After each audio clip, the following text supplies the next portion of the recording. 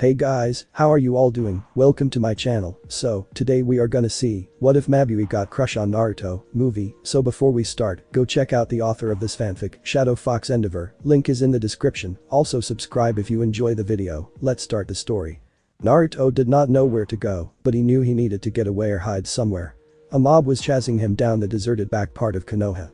As he ran he did not know where he was going because he was more worried about the mob of civilians that were catching up to him every second as he ran trying to get away, but he realized he was in deep trouble as he turned to the right into an alleyway.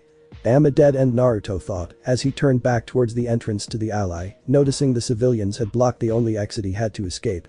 Naruto then noticed the civilians getting closer to him, so he backed up against the wall by the far back of the alleyway beyond frightened, but he did not know what to do. The civilians kept getting closer with multiple shots of demon and monster making Naruto slide down the wall into a sitting position. He brought his legs up to his chest while wrapping his arms around his legs. Look at that, the demon is too scared to even defend himself, I say we put him out of his misery. A random bearded civilian shouted, moving in on Naruto, as the rest of the mob agreed with him and followed close behind, all thinking that they were about to be heroes. The bearded civilian got to Naruto first as he kicked Naruto in the face, making Naruto's head sling back, slamming the back of his head off the wall, leaving a blood mark.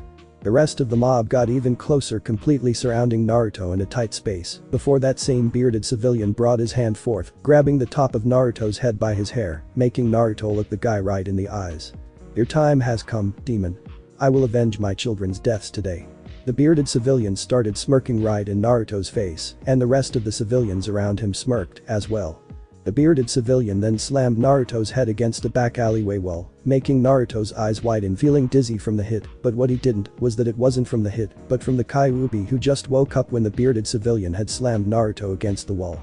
They are hurting my container, if my container dies I die, so I can't let this go on any longer.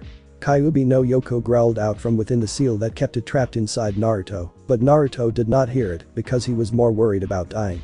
As the civilians started to punch and kick him all over, and even some brought kunai out and began to cut him. Some cuts were shallow and some were deep.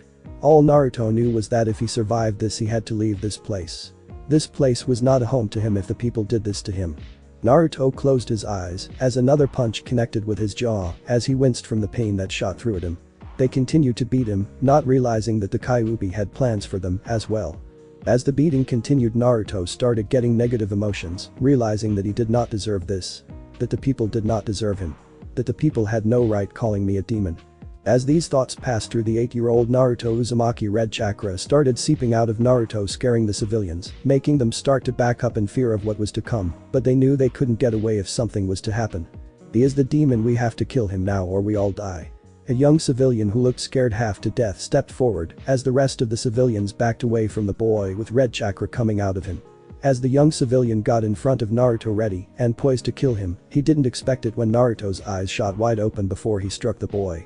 Leave me alone, I don't deserve this, Naruto shouted out as the red chakra spread throughout the whole alley, encasing the civilians in the alley beyond scared. The young civilian stopped his attack attempt and stepped back and got together in the group of civilians in the center of the alley. Nothing is happening, one civilian said to the others, but right when the words left his mouth, creatures of all different sizes and colors. They had different types of weapons as they emerged from the red chakra that encased them in the alleyway. They had no time to react as the creatures and demons of all different kinds attacked the civilians, making them scream out in agony. Naruto saw none of this though, as he stared in front of him, still on the ground where he was before, watching the civilians in front of him wither in pain before they dropped to the ground in front of him. Naruto stood up once the civilians all dropped to the ground.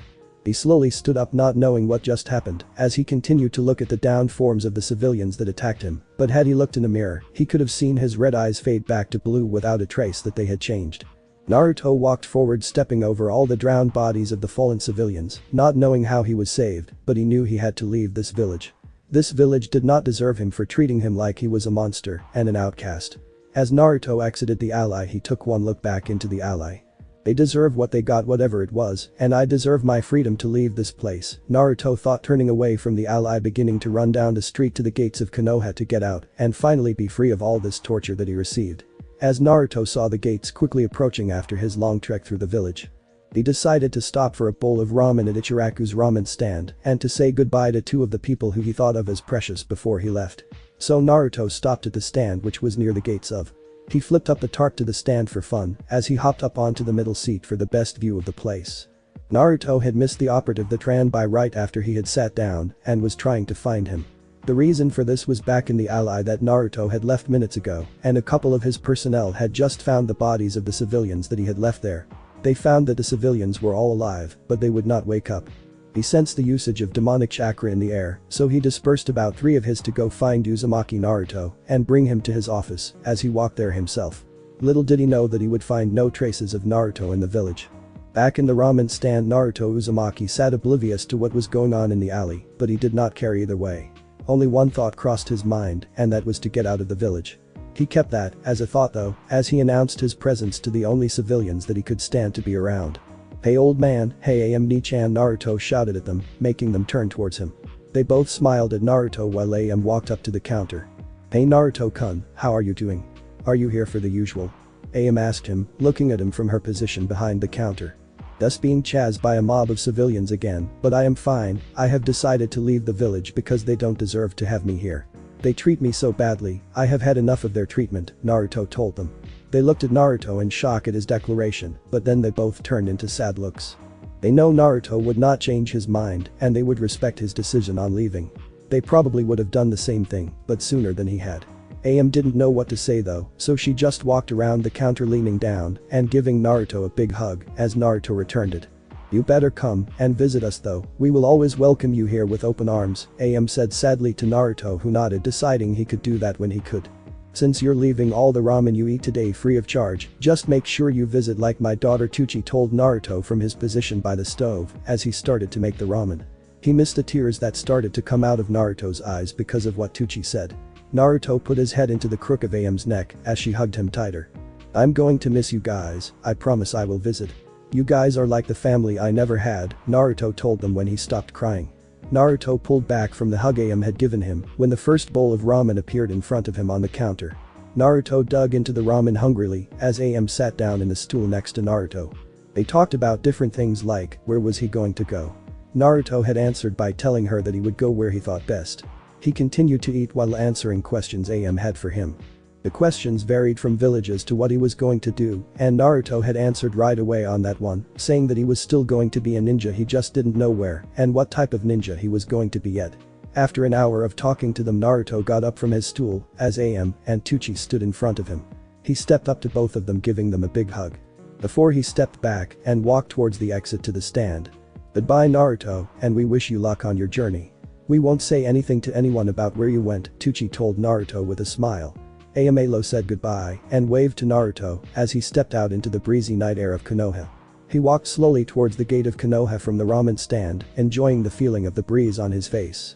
He walked through the gate right past the gate guards who were wide awake. The reason they did not spot Naruto was because they saw no one pass by. The Kyuubi, although it was silently sitting in its cage, had a smirk on its face. Naruto started to run when passing the gates to get away from Konoha quickly, so he would not be spotted by the or any other ninja that could spot him. He did not realize what the fox had done, but it did not matter, it only made it easier to leave, and to leave no trace that he ever passed through the gates. "I am finally free from those people. I can finally be myself and not have anyone trying to kill me on a daily basis. This feels good." Naruto thought of closing his eyes for a second as he continued to run before he opened them, vanishing from the sight of Konoha, not to appear in Konoha again for quite some time. The thought did not feel as lucky as Naruto does. He sat in his office with the paperwork pushed aside as he looked out of the office window at the monument. "Why are the villagers so arrogant? They are hurting a defenseless boy," Sarutobi the Sandai asked himself before he saw a puff of smoke in his office. "What do you have for me?" The dog Sandai masked the dog, a masked man turning towards him from the window. "We can't find Naruto, sir. We tried finding him and bringing him to you like you asked, but there are no traces of him in the village." The masked dog told him, making the Sandai sigh, feeling a lot older now than he ever felt before, but he had to know one thing. "Did the gate guard see anyone suspicious leave Konoha?" Sandai asked the dog, hoping that Naruto did not leave. Dog looked at the Sandai a moment before he answered. "That's the thing, Hokage-sama, there are no traces of Naruto in the village, but there were no traces of chakra at the gate from anyone leaving, as well. The gate guard saw no one leave so far this night," Dog told him. Sandai's eyes widened from the bit of information. "Continuing searching, if Naruto is not found by morning we will go off the assumption he had left. We cannot send anyone after him since he is still a civilian and not a ninja, Sandaime told Dog. The dog, masked, vanishes out of sight, nodding slightly to the command. Once the doge had vanished, the Sandaime turned towards the monument again. Where are you? Naruto Sandaime asked himself as he stared out the window, not realizing Naruto was a good distance from Konoha and would not be found in the village walls. Naruto, as he ran, had many thoughts going through his head, mostly on the people he left behind that he actually cared about. I'm sorry Jiji, Am, and Tucci for leaving you, but I just couldn't stay any longer. I hope you forgive me for doing this, but it had to be done. Naruto thought about getting further and further from Konoha, not knowing that there was a search going on in the village by the Black Ops. As Naruto ran, he did not look back once. He had made his mind up, so he would not change his mind now. He was going to show them what they had done to him and what they gave up. The sun just peeked over the mountain in the distance, but he was still running, not knowing where to go or what to do now. He had left without really giving it much thought. Naruto slowed down once he saw a town in the distance, deciding not to go straight to the town. He turned slightly and climbed into a tree that was next to the path leading to the town. He sat down on a low branch on the tree. He knew he wanted to be a ninja, but where and what type of ninja did he want to be? This is so confusing, I don't know what I am doing. How am I going to get stronger? I have no money and no ninja equipment, Naruto thought as he leaned against the tree, still in deep thought. Before he could continue his thought process though, his vision started to go black. Naruto began turning his head in panic, not knowing what was happening to him. What the hell is happening? Naruto shouted out, but he did not get an answer as his world faded to black, falling unconscious on the branch he was sitting on. He was going to get an answer, just not one he expected to get or receive ever. Naruto woke up in a damp sewer, face down in water. Once he concluded he was not in the forest anymore. He stood up, looking around the room he was in before he caught sight of a massive gate down the corridor. He knew he wouldn't get any answers to where he was here, so he began his trek down the corridor to the giant cage. Once he reached the cage, which took him a bit because he was curious about the surroundings around him. He stood in front of the massive gate, just staring at it in awe of the size. I wonder what's behind this gate, Naruto said to himself. He didn't say it too loud, but it was loud enough to let what was behind the gate know he was there. As big red glowing eyes appeared behind the massive gate, making Naruto take a couple steps back in fright. The glowing red eyes were not the only thing visible once the massive creature behind the gate stepped forward, showing its face, and the anger ensued on its face, making Naruto stumble backwards, falling on his ass before he looked right in the eyes of the creature. What are you, and what are you doing behind that gate? Naruto asked the giant creature before him, stumbling over some of the words he said. Naruto did not know what this creature was, but he could clearly see the anger evident on its face, making him gulp in fear. The creature did not say anything, it did not even move, but it continued to stare at Naruto like it was testing or evaluating him in a sense. Naruto just stayed frozen in his spot, he didn't know why, but his body would not move. He tried, but failed. After a couple of minutes had gone by, Naruto felt some of the hate and disgust the creature was sending his way vanish. He did not speak out though, in fear of what it could do to him, but he didn't have to, as the Kyuubi shifted from behind the cage. I have brought you here for a reason, so don't be afraid of me, so speak up, the creature told Naruto. Naruto nodded, a little shocked that the creature could talk. He stood up, although a bit slow, still unsure of the creature's intentions towards him. He decided though he needed to be strong, he would not look like a coward in front of this creature, so he stood defiantly, walking a little closer to the cage, making the Kyuubi chuckle a bit. What are you, and how did you get behind the cage? Naruto asked the creature without a hint of fear present in his voice, but deep down he was scared half to death. I am Kyuubi no Yoko, the nine-tailed demon fox, and the reason I am here is because of that village's fourth Kyuubi, answered Naruto, but growling at the last part of his answer.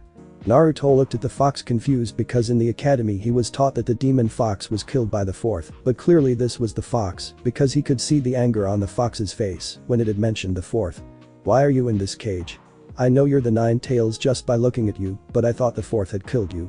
That is what we were taught in the academy anyway, Naruto told the fox, which made the fox growl loudly before the Kyuubi shoved one of its paws against the gate. The gate did not budge though, as Kyuubi put its paw back down, making Naruto sigh in relief. The reason I am trapped behind this cage is because the fourth had sealed me in you, so technically he did win, but he did not kill me, Kyuubi told Naruto. Naruto looked at the fox with wide eyes, not believing what he was hearing, but he had to know the truth. Why were you sealed in me? Why did the fourth choose me to carry you? Because of you my life was a living hell, Naruto shouted out, dropping to his knees, punching the floor of the room repeatedly. Kyuubi looked to decide if he should tell the boy. He decided to tell him because he deserved the truth that was held from him. The reason the fourth chose you, and no one else, was because he could not ask another family to give up a child if he could not, as a give up his own child. You are the fourth Hokage's son, and he believed that you would be able to use my power to help you defend yourself and defeat a certain person that I will tell you about later, Kyuubi told Naruto, looking down at the kid as he spoke. Naruto heard what Kyuubi had just told him. He stopped punching the floor, eyes going wide, as he stared down at his reflection in the water, seeing the similarities between the fourth and himself. He realized though that the fourth gave up his life to save the village and to give his son a strong means of defending himself. After a couple more minutes of thinking about it, Naruto smiled as he stood up once again with determination all over his face. He looked back towards Kyuubi with another question in mind. "Do you know my mom?" Naruto asked the fox, hopeful. He really wanted to know that the fox could tell by the look in Naruto's eye, so the fox decided to tell him. "Your mom was my old container. She died along with the fourth protecting you as the seal was finishing the sealing process. They both cared for you and they were both strong, even though I hate Yondaime for what he did to me. I still respect him." Kyuubi replied to Naruto's question, only making him even happier by the minute. Naruto now knew what he had to do. He would get strong just as his parents were. He would make them proud of the person he will become. Naruto looked straight into Kyuubi's eyes once Naruto had decided what he was going to do. "Thanks Kyuubi for telling me this, even though you did not have to, but you still did not tell me the original reason why you brought me in my mindscape," Naruto asked Kyuubi. Kyuubi looked straight into Naruto's eyes. "I brought you in here to tell you I got a solution to your problem of not knowing where to go or how to train yourself, since you have no money," Kyuubi told Naruto, as Naruto looked at the fox, curiously wondering what the fox had in mind. "What do you have in mind?" Kyuubi Naruto asked the fox. "Do you know the reason why it was so easy for you to make it out of Konoha?" Kyuubi asked Naruto. "I thought it was because no one cared that I left, so I just let it go," when Naruto told the fox honestly. "No, it wasn't because they did not care about you, it was because I helped you. In the alleyway before you left I changed your eyes to mine, making an illusion on those civilians. That is why they dropped in front of you. Also the reason you got past those gate guards was also because I used another illusion around your body, circulating my chakra to certain points in your body to make you almost completely invisible and undetectable," Kyuubi explained to Naruto. Naruto looked at the fox, mouth gaping at what the fox did. "Wow, can you tell me what?" Naruto asked the fox. The fox looked at Naruto for a moment to get the boy agitated a bit. "I gave you my eyes already. You can activate them anytime like a. The eyes I gave you were red before, but the color of your eyes when you use my eyes now will end up being a very light blue due to your eyes being a dark blue to start with, so the tones will only change. You can make any illusion you want just by thinking of it, and also with the eyes out you can circulate chakra through your body, making yourself almost undetectable to anyone. To activate the eyes all you gotta do is push my chakra to your eyes," Kyuubi explained. Kyuubi pushed some of his chakra out of the cage towards Naruto. It went into his eyes and began to change. Naruto looked down into the clear water below his feet. "They are awesome," Naruto said, looking at his reflection in awe of the light blue color his eyes were. He continued to stare into the water before he saw his eyes change back into his dark blue ones, making him look up towards the Kyuubi. "You have plenty of time later to enjoy how your eyes look, but now you still need ninja equipment and supplies to begin your training. The town you noticed before I brought you here should have a ninja shop. I want you to use the stealth cloak I told you about to sneak into the shop and steal anything you need from there. I will help you to use the cloak though, since you have to circulate your chakra throughout your body, but you cannot do that yet because your chakra control sucks. After that you will begin your training and I will help you to get stronger as well." Kyuubi told Naruto, shocking Naruto by how Kyuubi was helping him so much, but he did not get the chance to say anything more as he was thrown out of his mind. He slowly opened his eyes, noticing how bright it was outside. He sat up using his arm as a shield for his eyes so that they could get adjusted to the light. "Damn Kyuubi, he didn't let me say anything," Naruto grumbled as he took his arm away from his eyes once the light was manageable. "I wonder how long I was in my mind when Naruto thought of looking up at the sun to see what time it was. He noticed that it was about 10 in the morning. He realized he was there for about 3 hours. When Naruto slowly got into a standing position on the branch, he heard many bones in his body crack and creak from sitting there for so long. Naruto jumped down to the path leading to the town in the distance, stretching to get all the kinks out of his body. I better see if my new eyes work. Naruto thought of pushing Kyuubi's red chakra to his eyes. The eyes changed colors almost immediately from a dark blue to a light blue. Naruto looked into a small stream that was nearby to see if it worked. He smiled when he noticed it did work. He pushed the chakra out of his eyes, watching as his eyes changed back to a dark blue. Naruto then began to walk down the path to the town so he could get the ninja supplies he would need to begin his training. I think I am going to stick to mostly illusions, Fuinjutsu, and Kinjutsu. He also knew he had to be fast if he was going to be using illusions as well as Kinjutsu, so he would get some weights if he could find a place that sells ninja equipment in the town. I hope this town has ninja equipment or I will be using this illusion for nothing, Naruto thought once he stood in front of the entrance to the town. He took one step forward, vanishing out of sight as he continued through the entrance of the town completely undetected by the ninja in the town. The civilians in the town were just as clueless as he went to the first store and looked in the window. He saw no ninja equipment in the store, so he continued his walk down the street, trying to find ninja equipment for his training. This might take a while, I don't know where a ninja store is in this town, Naruto thought, sighing to himself as he checked the next store.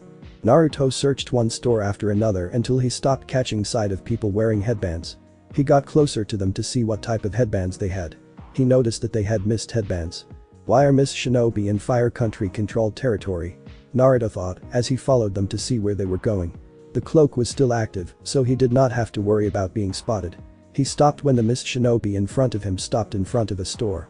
Naruto heard them arguing, so he listened in on the conversation because Kyuubi told him he should.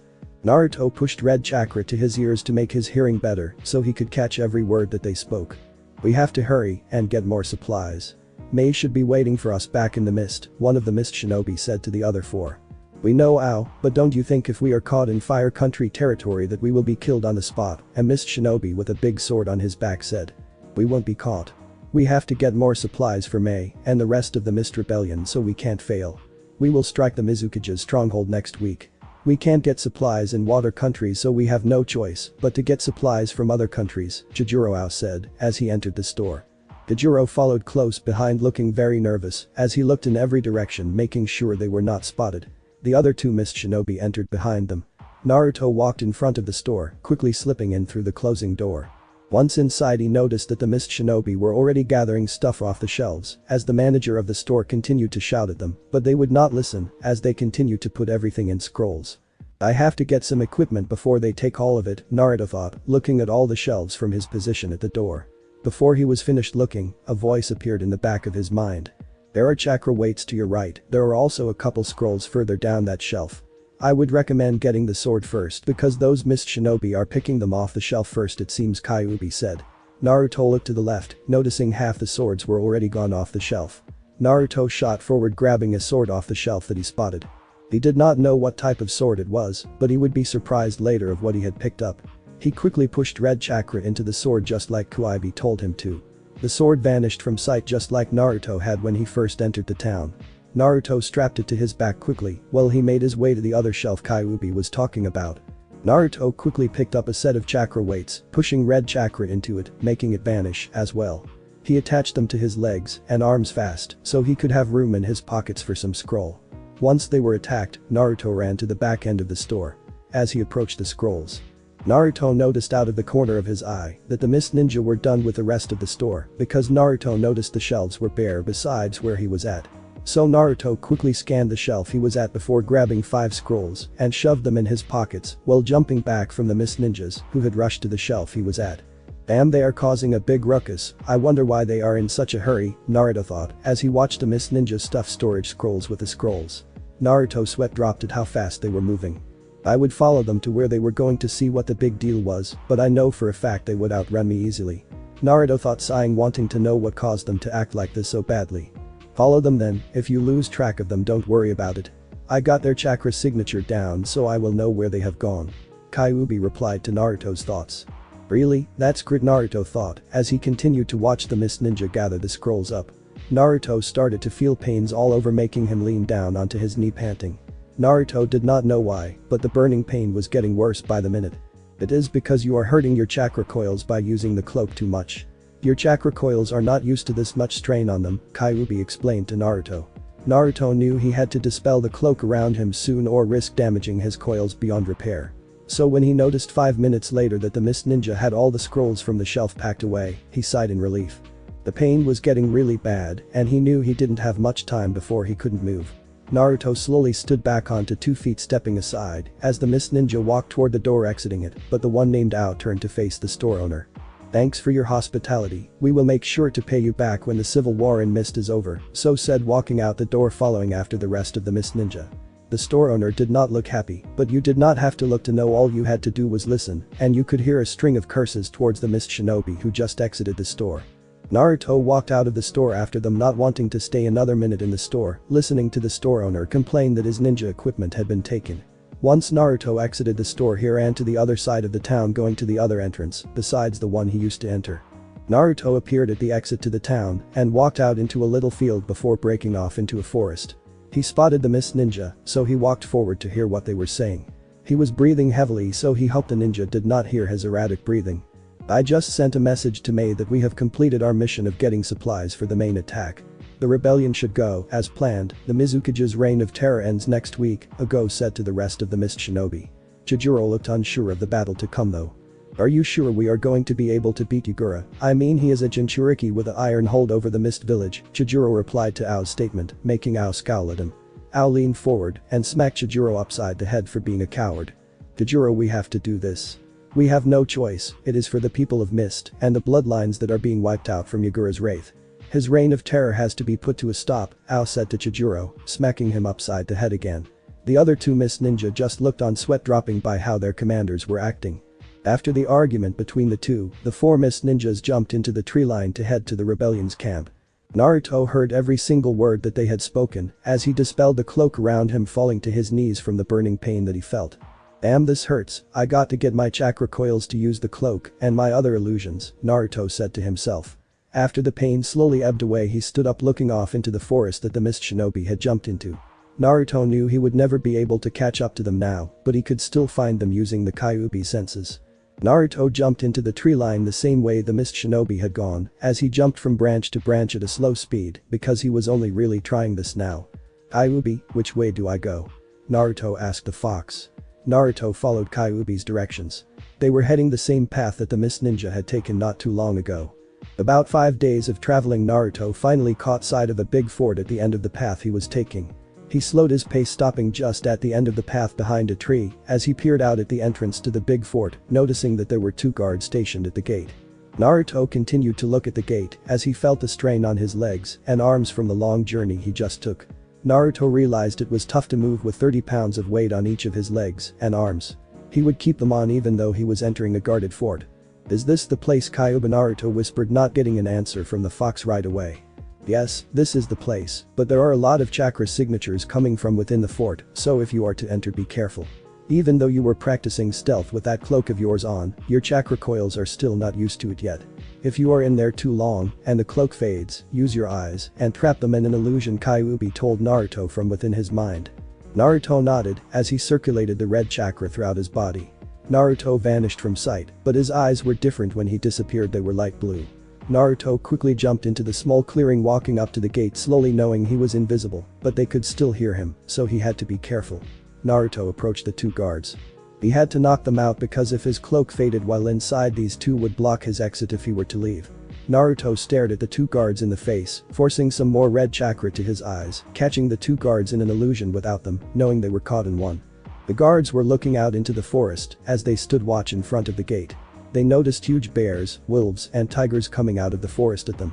They looked on in fright, knowing they couldn't take that many on by themselves, so they turned around to open the gate door to enter, but when they turned there was no door, just 5 huge tigers ready to pounce on them. The tigers pounced on them and started to rip them apart. They screamed out in agony from the amount of pain they felt. All Naruto saw though were the 2 guards dropping to the grassy ground with shocked looks on their faces.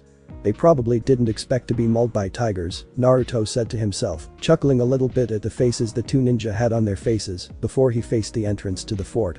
He saw that he had to press a switch to open the gate to the fort, which would alert multiple people that he was entering.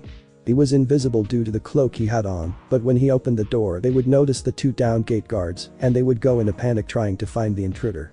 Naruto sighed as he hoisted 2 gate guards onto his shoulders. He pushed red chakra into their bodies to make them invisible.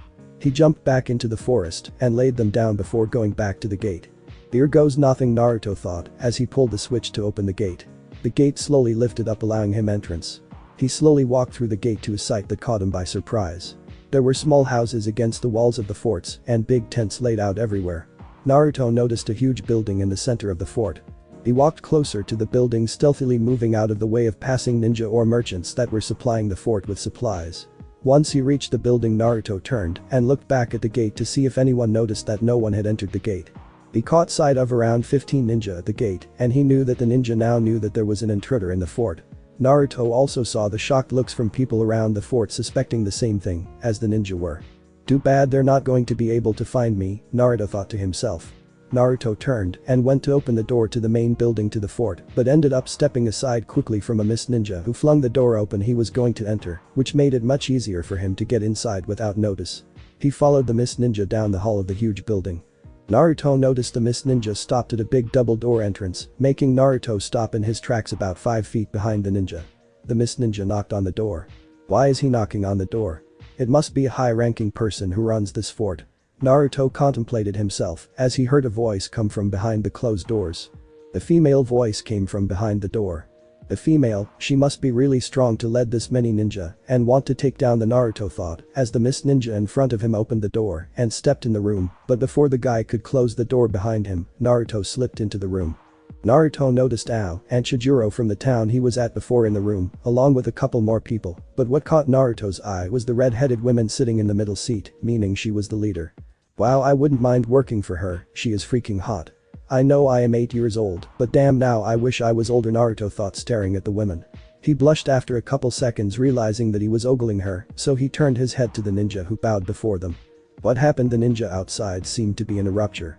The red-headed women asked the kneeling mist ninja that was before them. The reason the ninja outside are in a ruckus is because we might have an intruder in the fort. We found the gate to the fort wide open, and the guards that were supposed to be guarding the fort nowhere to be seen, the mist ninja told her as he looked up to her. The red-headed women turned towards Ao. What do you think we should do, Ao? There may or may not be an intruder, and we don't want to instill panic in everyone if we found out there were no intruders to begin with, the red-headed women asked Ao. Naruto looked at Ao and at the eye patch the guy had on his eye. I wonder what is behind the eye patch, Naruto thought to himself. Naruto just looked on, listening to what was being said around the room.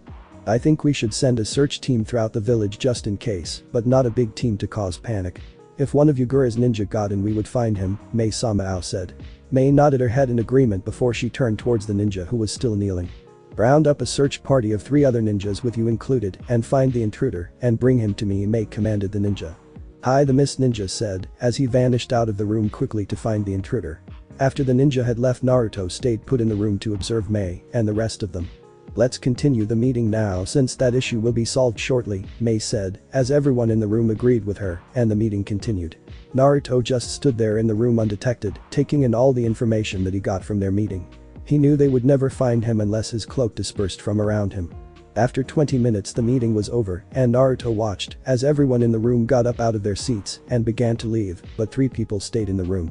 The 3 people that stayed were Mei, Ao, and Chijuro. Naruto did not know why they stayed, but he knew he was about to find out. I sensed a little flux of chakra in the room earlier, but it is now gone. Mei told them to keep Ao and Chijuro on high alert as they scanned the room multiple times to see if anything was there. Ao lifted up his eye patch, revealing the behind it. Once Kyuubi spotted the eye, he informed Naruto of what the eye did. What should I do? Naruto thought frantically until he came up with an idea with Kyuubi's help. Naruto laid flat on the floor near the table that they used as a conference table. Naruto thought that maybe Ao would not spot him because they were looking for a person, not an animal, so they didn't have to look directly at the floor. Mei, Ao, and Chijuro looked around the room, not spotting anything. Ao put his eye patch back down, thinking no one was in the room anymore, but there was before. Ao turned towards Mei. I caught sight of chakra in the air, but no one is in the room at the moment, so if I have to guess they are not here anymore, Ao stated to Mei and Chijuro. Okay, then we can let the search team find the intruder. We got more pressing matters to attend to, Mei said as she and the other 2 walked up to a blank wall in the room. Naruto slowly got up off the floor once he was sure that he was not found out. He saw Mei put a hand on the wall as a part of the wall shifted to the right like a doorway. They entered through the doorway, not realizing that another person had snuck in with them. Naruto followed them into a long corridor. They walked for about 5 minutes until the corridor opened up into a massive room. Naruto looked around the room at all the weapons and scrolls that were piled up in the room. Amazing, they have enough things in here to last years, even with all the ninja under Mei, Naruto thought before he winced, starting to feel the burning feeling from his chakra coils, again meaning he only had about an hour left before he needed to dispel the cloak. Naruto decided not to worry about it for now as he continued to follow Mei and the other two further into the room. Naruto stopped walking once they had stopped walking. They turned to his direction, making Naruto sweat like crazy, but he knew they couldn't see him though, so he was safe even if they knew he was in here since Ao had his eye patch on. "Come out whoever you are so I can melt you," Mei said loud enough for anyone in the room to hear. No one appeared though, making her scowl for having to do it the hard way. Naruto knew he was in trouble, so he ran back the way they came, making sure to keep his footsteps silent as he ran. Naruto got to the door exiting out of the corridor and into the conference they were in before. Mei turned towards Ao knowing this person was not going to come out, so they would have to make this person show himself. Ao found him, Mei commanded, but noticed Ao already lifted his eye patch a second before she asked. "There is no one in the room, Mei-sama, but there is a lot of residue chakra scattered in the air, meaning someone was there," Ao said as he started to expand his range of sight with his. He noticed just at the end of his sight a blonde boy no older than 8 was exiting the building they were in before. "Wait, I got something, but you won't believe it. The intruder was a boy. He must have ran when you told him you were going to melt him, because he just ran out of the conference room that we were in before," Ao stated to Mei, making her scowl at being followed by a mere boy and not being able to detect him. "Why couldn't we detect the boy? It shouldn't have been this hard to spot the boy," Mei told Ao, sounding like she was not in a good mood at the moment. "I don't know, Mei-sama. All I know is that the boy had chakra coating him like a cloak. That is what I believe kept us from seeing him, but the more important matter is what we should do about him." "He had no headband?" Ao asked Mei. "Since he was not a ninja of Yagura, because if he was he would have attacked me and tried to kill me, but he didn't, so just let the boy go," Mei said as they walked down the corridor. They left the storage room and went back into the conference room. Naruto had run out of the conference room. He did not want to leave, yet so headed into a house to the side to get some rest because it was getting dark before he entered the house, though he heard two ninja discussing something. "The attack will be tomorrow. It is when we will take back control of the mist and end Yagura's reign of destruction," a random mist ninja said to another. Naruto smiled at their determination and effort. "I think I will follow the platoons of ninja into battle tomorrow, but when they get to Mist I will separate from them and go after Yagura by myself and take him down before anyone knows what happened," Naruto thought, grinning as he entered the house to relax a bit. When Naruto entered the house, he noticed the ninja that lived there were already asleep, so he walked to the couch that was in the living room. He sat down on the couch, releasing the cloak that surrounded him. He laid down and continued to stare up at the ceiling with a lot of things going through his mind. He missed the people he cared about back in Konoha, but he also knew he would not go back now. He had a new life now and a new path set in front of him. He was having a blast so far. Naruto knew he couldn't stay here either, though, so once Yagura was dead, he decided to head to a new place.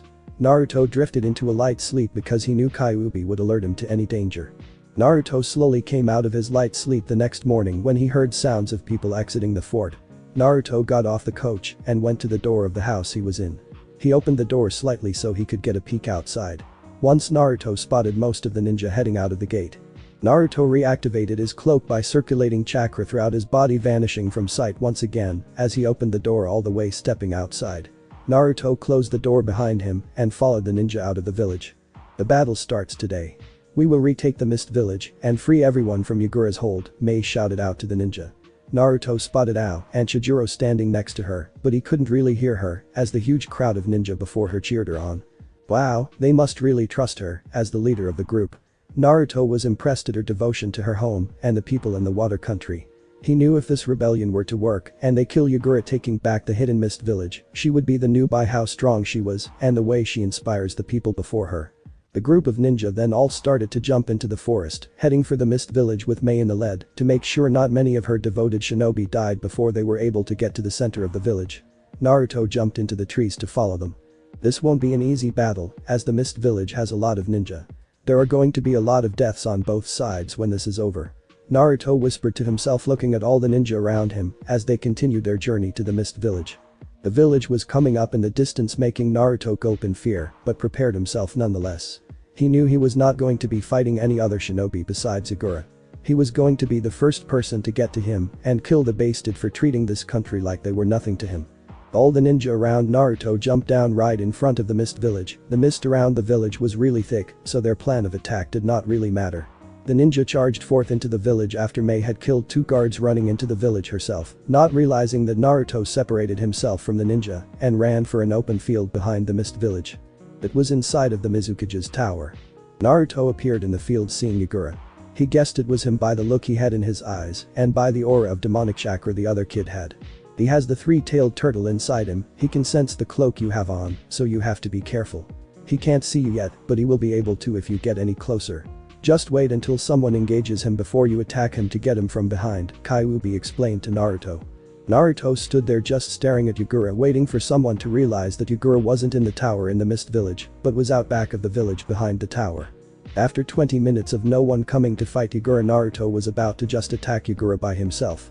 Damn it, if someone doesn't get here soon I am attacking Naruto, though growling, seeing the amusing look on Yagura's face from the screams of pain coming from within the village behind them. Naruto intensely grabbed the sword handle on his back, wanting to kill Yagura so badly. He was about to jump forward when 3 people landed in the clearing, stopping his forward movement. Finally, after what took them so long, Naruto thought of noticing Mei, Ao, and Chijuro. Ao did not have his eye patch on, so when he landed in the field he spotted both Naruto and the Ao looked toward the yellow-haired boy. He saw the boy was mouthing him something. He is here to help, eh? Well, I guess we can use all the help we can get, Ao thought, nodding to the boy before he faced the Yagura's direction with an intense look. Mei stepped forward ahead of Ao and Chijuro. This is my fight now, you two watch my back and step in if I need help, Mei told them. They both nodded after Mei commanded them to stay back. Mei walked forward more, getting closer to Yagura. Yagura pulled his staff from off his back as he started to pour demonic chakra into the staff and around him as well. Mei continued walking towards Yagura as she got into a stance as well. Mei charged forward trying to punch Yagura in the face, but Yagura takes a step back and swung his staff forward, hitting Mei in the side, knocking her to the side, making her roll on the ground before she flipped herself back onto her feet and charged again. But before she reached Yagura, 3 chakra tails appeared behind Yagura. A big black ball of chakra appeared in front of him. Mei saw it as it grew bigger every second, so she jumped further away from Yagura to put some distance between them. I am going to win this fight, Miss needs a new one, because you are not cut out to be the Mei shouted at Yagura, who only ignored her taunting. Tailed Beast Bomb, Yagura shouted about unleashing the power of his tailed beast on the 3 Mist Ninja, but he did not get the chance as a sword appeared coming out of his chest from behind, making Yagura's eyes widen. The energy ball slowly dissipated because he no longer could maintain it. Ao looked impressed seeing the yellow blonde-haired boy behind Yagura, but no one else did. Yagura dropped his staff as he looked down at the sword protruding out of his chest. Blood was pooling at his feet, so he knew he did not have long to live. Yagura looked up towards the sky as Naruto still stood behind Yagura, not removing the sword from him just yet. How did you get behind me without me noticing? Yagura asked seemingly no one as he coughed up blood, making Mei and Chijuro looked at him like he was crazy, but Ao knew, so he decided to explain to them. He is talking about the blonde-haired boy behind him. He was the one who snuck around our fort before, Ao told them. They looked on, seeing nothing but the sword that was piercing Yagura's chest until a voice came from behind Yagura. I have a special cloak I use that leaves me almost completely invisible and undetectable, but you could have sensed me because you have a tailed beast too. I waited though until someone could distract you enough for me to snuck up behind you, Naruto explained to Yagura as he let the cloak around him dissipate. Yagura just smirked because at least he was defeated by another Jinchuriki. So which tailed beast do you hold? Yagura asked a bit slowly, starting to feel numb all over. I hold Kyuubi no Yoko, the 9-tailed fox, Naruto replied. Yagura's grin only grew bigger from knowing that bit of information. Then I best tell you to get as far away from me as you can, the 3-tailed turtle inside me is starting to get loose, Yagura told Naruto. Naruto quickly pulled out his sword from Yagura's body. He laid Yagura on the ground before he jumped towards Mei and the other 2 Mist Ninja. We gotta get out of here now, his tailed beast could be released at any time. They nodded to that and were about to jump away, but before they could, a huge glow came from the seal on Yagura, making Naruto's eyes widen from believing they were not going to make it. Mei grabbed Naruto's arm. Naruto looked at Mei as she smiled at him, vanishing with a shunshin to a safer distance, along with Ao and Chijuro. Once they appeared a good distance away, Naruto looked back and saw that the whole field was covered in smoke until the smoke vanished. Crap, what are we going to do about that turtle? Naruto asked, looking at the turtle that easily took up the whole clearing they were once in. If it comes this way and tries to attack the Mist Village, we will have to stop it, and if you don't want to help then get out of here, Mei told Naruto. After she finished that statement, about half of the force she started with appeared behind her and all around her. Ao turned to them, raising his voice in the process. We stopped Yagura, but his tailed beast has been released. If it attacks the Mist Village it will be no more. We have to stop it if it comes this way. Who is with us? Ao shouted out to the surrounding troops. They all shouted out in unison, wanting to protect their home from harm. Hey kid, what's your name? You're the one who defeated Yagura after all? Ao asked Naruto looking down at the boy. My name is Naruto Uzumaki, and I only defeated Yagura because he treated these people horribly. Another reason I wanted to date him was because my mom was from the hidden whirlpool village before it was destroyed, so water country might have been my home if it wasn't destroyed, Naruto told them, making Mei push Ao out of the way. She stood right in front of Naruto.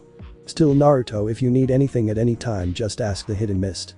We owe you for stopping Yagura, Mei said, leaning down and giving Naruto a little peck on the cheek, making Naruto blush red. Mei noticed his blush and smiled a bit before she stood straight again and stared out at the clearing to see the turtle did not move from where it was before. I think it is confusing, it looks like it doesn't know where to go from there, Naruto said. After Naruto finished his sentence though the turtle dove into the water near the clearing and swam away not going anywhere near the hidden mist village, making Naruto sigh in relief by not having to fight a tailed beast head-on in a fight. Naruto heard the whole around him sigh in relief. He knew they were scared because if that tailed beast were to attack they knew they probably would have died. I guess the civil war is now over, Naruto said randomly. He wasn't really saying it to no one just himself, but all the mist ninja heard in and started cheering in victory throwing their weapons into the air. I think I will keep my thoughts to myself from now on. Naruto thought as they continued to cheer from their victory over the 2 days later after the hidden mist village was cleared of any ninja that were still against having the bloodlines back. Naruto was seen entering the new Mizukage tower that was changed a bit due to the new person running the place. Naruto walked down the hall before he stopped before a big door. He knocked for entrance, and when he heard he was allowed in Naruto opened the door, closing it behind him, making sure it was shut before he turned and faced the new Mei Terumi.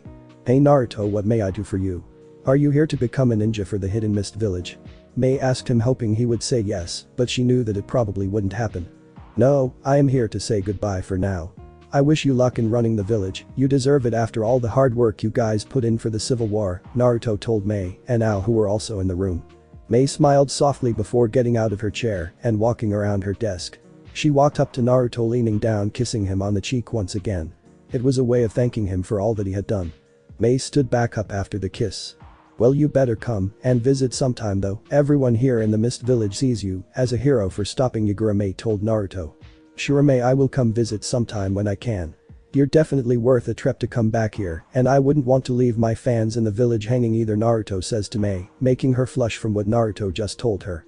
Mei knew he was only 8 years old, but she knew when he got older it was possible to get with him, not now though, but she would try when he came to visit the village in the future. Mei gave Naruto a hug before she returned to her desk and got back to work. Naruto headed for the door, but before he reached it, he turned his head slightly back, but not at Mei, but at Ao.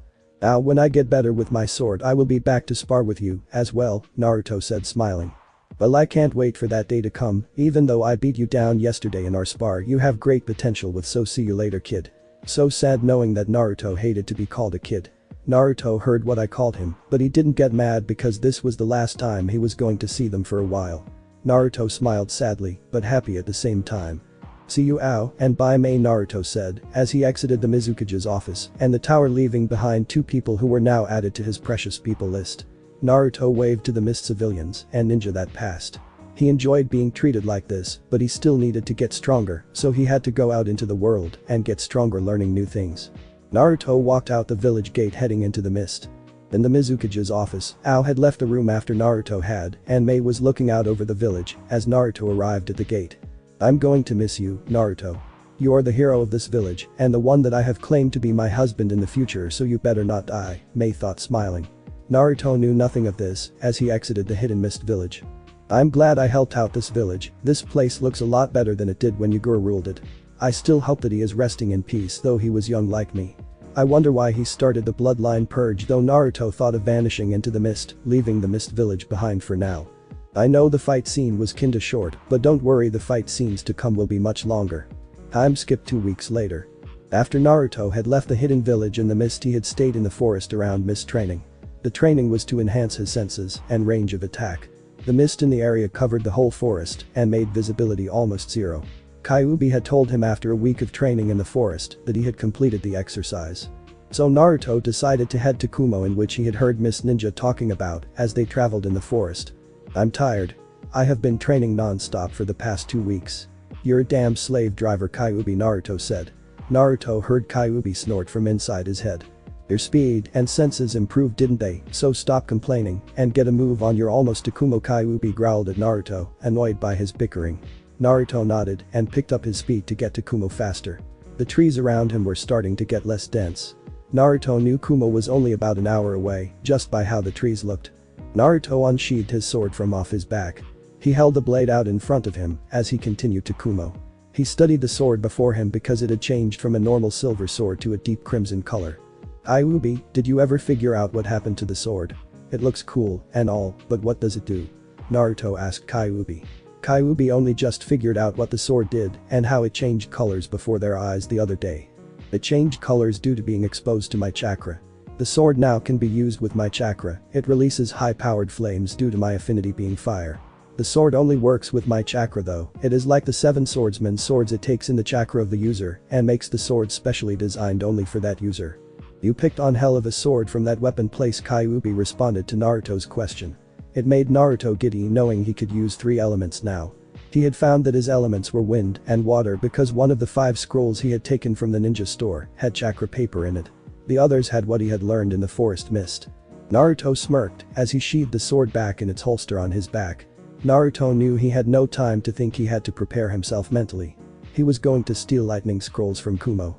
Then he would move on to the next hidden village on his list, which was Iwa, to take some of their earth scrolls. He had left Konoha a while ago, thinking he would not be able to get any training out of the village, but look how wrong he was. He had illusions that could help him penetrate any hidden village, and only the strongest could detect him. Now he had a sword that could manipulate flames. I am having one hell of a time outside Konoha. I should have left sooner, maybe I would be even stronger than I am now, Naruto thought. His train of thought stopped there however because he caught sight of Kumo up on top of the mountain. Naruto sighed knowing he would have to climb the mountain and not take the regular trail up because too many ninja passed that way. Oh well, it will be worth it when I am leaving with more to learn, what Naruto thought as he walked up to the base of the mountain and looked up to see how far he had to go. I will need to activate my cloak illusion once I reach the top and not a second later, or I will be spotted by the ninja of Kumo. Their patrols are more frequent and they have more ninja on guard than Konoha. Naruto thought of spotting a couple of patrols up on the mountain due to his heightened sight due to the Kyuubi. Naruto pushed chakra into his feet as he ran up the side of the mountain. It took around 3 minutes to reach the top where Kumo was. He stopped at the top of the mountain though and peered up over the ledge to see if any Kumo ninja were nearby. Naruto spotted none, so he pulled himself up onto solid ground. Once he was standing, he activated the cloak around him, disappearing from sight just as a 3-man Kumo patrol team arrived in the spot he was. Naruto just walked right past them without them noticing, but he caught what they were saying. I know I saw someone, but where did he go? A Kumo ninja is the apparent leader of the group of 3. Well, the person you saw isn't here now, so we should report to the Raikage and tell him we have an intruder, a Kumo ninja said from beside the leader of the group. Naruto knew he had to stop them before they could go and tell the Raikage, so he activated his eyes, making them turn light blue. He looked straight at the 3 Kumo ninja, putting them in an illusion. The illusion was that they had left to go tell the Raikage about the intruder, but though to Naruto all they did was drop down in front of him, not moving. Naruto dispelled the chakra in his eyes, letting them turn back to a dark blue. I can't over how much I love using illusions now. They are the best type of weapon if you can make the person believe that they were not in an illusion. It was perfect. They couldn't see him, which means when I put them in the illusion they never would know that they were in one because they wouldn't know that they were attacked, Naruto thought. He began to think about other possibilities of what he could do with his illusions as he continued to the gates of Kumo once he spotted them further along the trail he was walking. Once Naruto reached the gates, he walked right through them into passing about 4 guards at the gate without them knowing he even passed by. Kyuubi, you are a genius. I never thanked you for helping me this much, Naruto said to Kyuubi. The Kyuubi grinned from inside the cage in the seal. You better not thank me, it will make you look weak, Kyuubi told Naruto, who could only agree with the statement. Naruto walked down the main street of Kumo just enjoying the sights. He had stopped to eat, but before he entered the stand he walked into a small alley, making sure no one was near the alley as he dispelled the cloak from around him. I don't need the cloak right now. I might need it later, so I don't want to use it too much right now, Naruto thought as he came out of the alley and went into the sushi place. As Naruto ate his food, a couple people were looking at him from across the restaurant. He did not know why they were looking, so he felt a little uncomfortable. Maybe it was the color of his hair, he had dyed his blonde hair to black, and maybe they did not like the color of it, so he decided to ask. Hey, why are you people staring at me? Does my hair look horrible? Naruto asked me to grab a lock of his hair to get another look at it. He liked it, but he wasn't sure others did. The people that were staring at him sweat dropped as they looked away and got back to eat. Little did Naruto know the reason they were staring was because they never saw him in the restaurant before. The only person who was still looking at him was a blonde-haired girl around the age of 14. Naruto spotted her once he was halfway done with his food. He also noticed the girl was getting up from her position from across the restaurant. Naruto shrugged his shoulders as he continued to eat, thinking nothing of the girl anymore because he believed she was leaving the place. "Hey, who are you? I never spotted you here before," or in Kumo for that matter, a voice came from to his right. Naruto looked to the right, noticing the same blonde girl now only 2 feet away from him now. Naruto was shocked that the girl didn't leave, but decided to talk to him instead, so he smiled and decided not to leave her hanging and was embarrassed even though he spotted the Kumo headband around her forehead. "My name's Naruto Uzumaki and I am a traveling Ronin ninja, and who are you?" Naruto asked her as he introduced himself. Naruto noticed the shocked look on her face from his response, but shrugged it off thinking nothing of it. "You're a Ronin ninja, but you don't even look like you're 10 yet, and where are your weapons if you're a ninja?" the blonde girl asked Naruto. "I don't have any weapons, I use Taijutsu in fights," Naruto told her, but she didn't believe it. The reason she did not believe him was because she was, as well. She had the Nibi inside her. She let it go though, understanding he might have a reason to keep his weapons secret. She was broken out of her thoughts though. "So who are you?" "I told you who I was, so you should tell me who you are," Naruto told her as she flushed in embarrassment, realizing she never told him who she was yet. "My name is Yujiro Nai, and I just became a genin of Kumo about 2 weeks ago," Yujiro told Naruto. He motioned for her to sit. "Why don't I order something for you to eat so we can talk about things?" Naruto asked her. Yujiro didn't want to, but after a bit of pestering from Naruto she sat down across from him at the same table. They enjoyed a nice long meal together as they talked about random things until Yujiro popped a question to Naruto. "Where did you come from?" Yujiro asked Naruto, curiously wanting to know why Naruto was a Ronin ninja and not a regular ninja. "I came from Konoha, but I left because I didn't like it there. I also wanted to be a lone ninja and to get stronger without their help." Naruto told her honestly what he felt. Yujiro did not know what to say to that because she knew Konoha produced good ninja. She knew just by looking at Naruto when he answered that he was leaving a few things out, but she did not want to pester him to tell her because they did not know each other that well. They continued to eat and talk until another blonde-haired girl stepped into the sushi restaurant. Naruto saw her out of the corner of his eye, wondering who she was. He noticed when the blonde-haired girl spotted them she headed their way. "You have a team meeting at the moment. Why are you not there, but here eating with this boy?" The blonde-haired girl asked Yujiro with a cold expression on her face. Yujiro flushed in embarrassment, she had completely forgotten about the team meeting. Yujiro shot up out of her chair. Yujiro started to pull money out of her pocket to pay for her meal, but Naruto stopped her and told her he had it. Yujiro just nodded, dumbly looking at Naruto as she put away her money. "Thanks for reminding me, Samui Taicho, I had completely forgotten about the team meeting," Yujiro shouted out as she ran out of the restaurant, leaving Naruto and Samui in the restaurant, but she came almost right back in a second later. "See you, Naruto. I hope we see each other again," Yujiro said as she waved to Naruto. Naruto waved back, watching as Yujiro ran out of the restaurant again. She did not come back this time, Naruto noticed, so he pulled out the money to pay for the food. He dropped it on the table. He was about to leave the restaurant but was stopped by a hand on his shoulder. Naruto looked back slightly, noticing it was Samui. He did not know her that well, but she looked really cute even with the cold expression on her face. "Can I talk to you for a minute?" Samui said, motioning to the table he was just sitting at. Naruto sighed, but he nodded as he walked back to the table and sat down. Samui sat where Yujiro was seconds ago. "So what do you want?" Naruto asked her because he did not know why she motioned for him to sit back down. "I just want to know why you were talking to Yujiro, because I have never seen you around before, so you better not try anything funny to her, because she is like a sister to me," Samui told Naruto. Her expression grew colder towards him after she finished saying what was on her mind. "I didn't intend to talk to her, I had never been to Kumo before. I only got here today. She walked up to me and began to talk to me, so I wanted to be nice, so I talked with her." Naruto told Samui to honestly begin to sweat because he thought that he might get attacked seeing the sword on Samui's back. "Oh, then that's fine, but you better not cause any trouble while you are here in Kumo, or I will kill you," Samui said as she gripped her sword on her back for emphasis. Naruto nodded quickly. "I won't cause any trouble, I promise," Naruto said to Samui.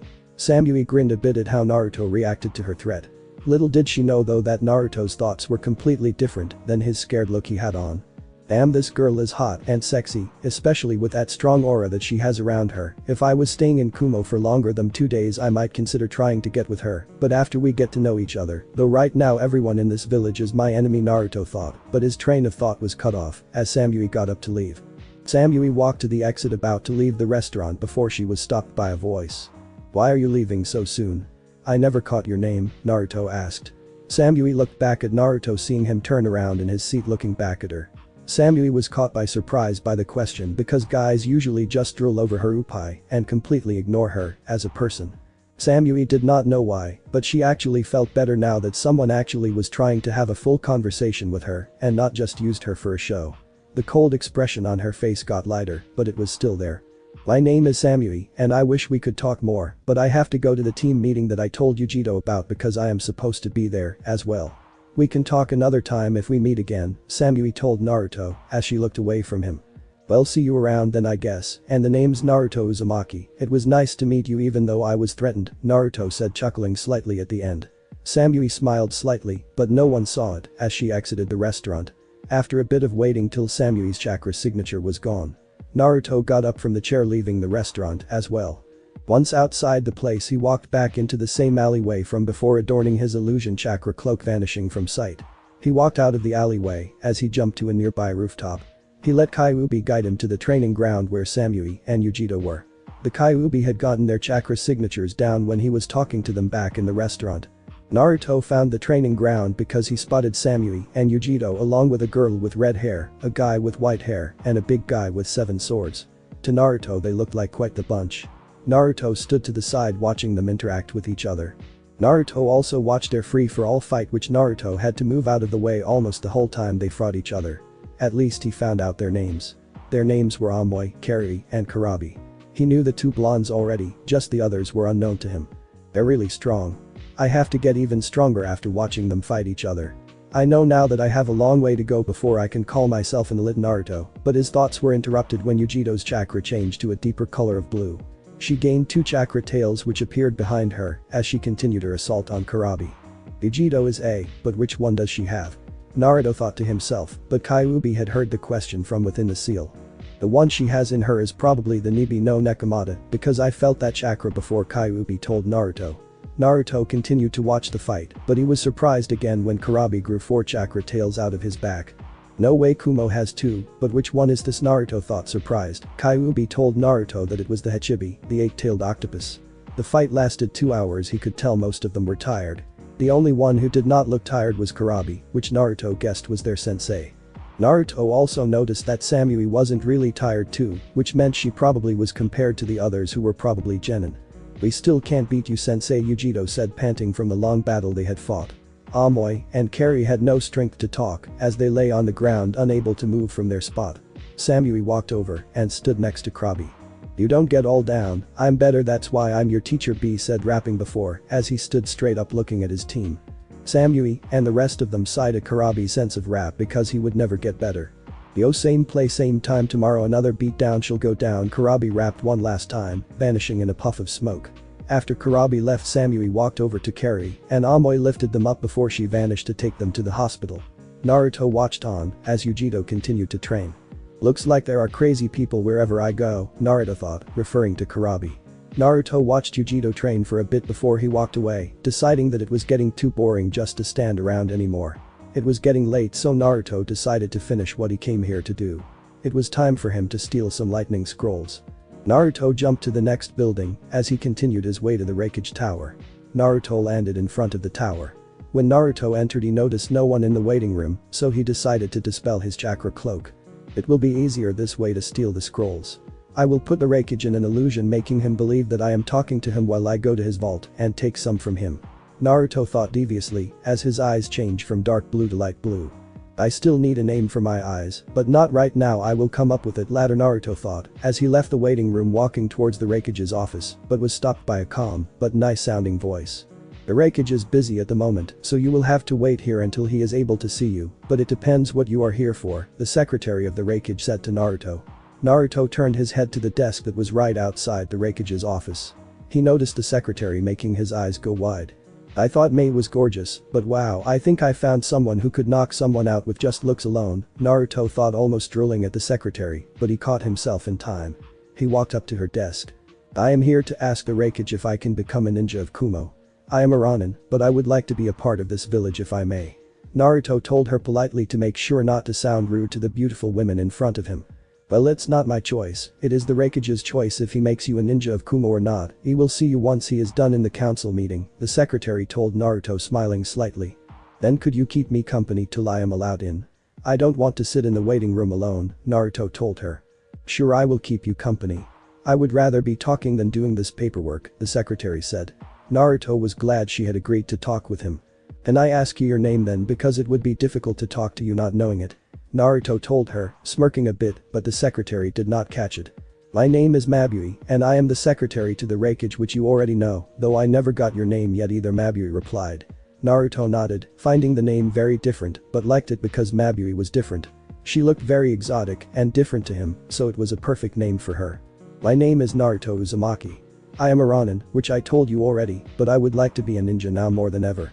Naruto told Mabui, who looked at him wondering what he meant. What do you mean that you want to be a Kumo ninja now more than ever? Mabui asked him as she looked into Naruto's eyes.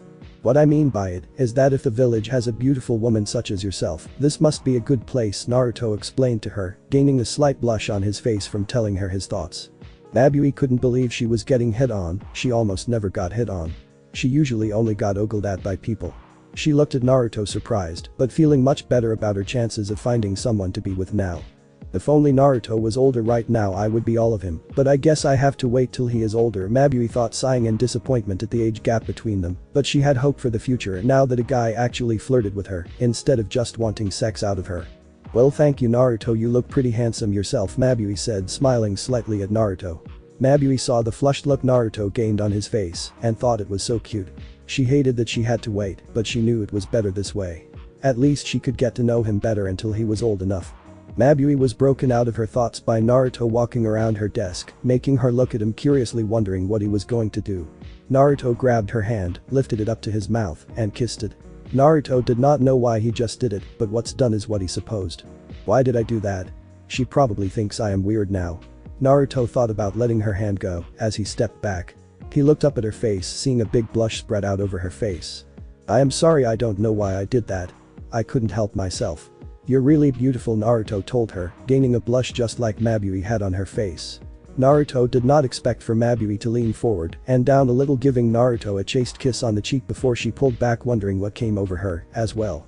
It's okay Naruto, I didn't mind what you did, so don't worry about it, Mabui said to him, but right when she said that, the intercom went off in front of her, indicating that the Raikage was done in his meeting with the council. I guess I have no more time to talk to him anymore, Mabui sighed as she pushed the intercom button. Naruto just watched on.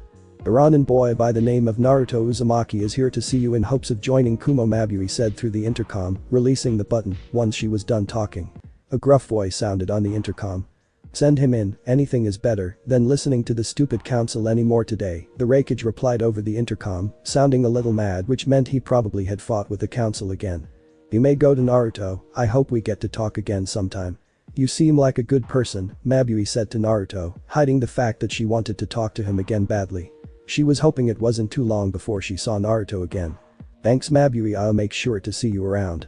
I wouldn't want to disappoint someone as beautiful as you, Naruto said as he walked into the Raikage's office, missing the big blush that once again appeared on baby's face, though she knew she had to get back to work. When Naruto was out of sight, she sighed and got back to work. I hope we do, Naruto. You are the first person to talk to me like you did. Mabui thought with a smile as she continued her work. Naruto knocked on the Raikage's door. He entered once he was told he was allowed to. He opened the door, stepping inside, closing the door behind him. He turned and faced the Raikage, who was staring at him intently from his desk. Naruto walked forward, standing in front of the desk.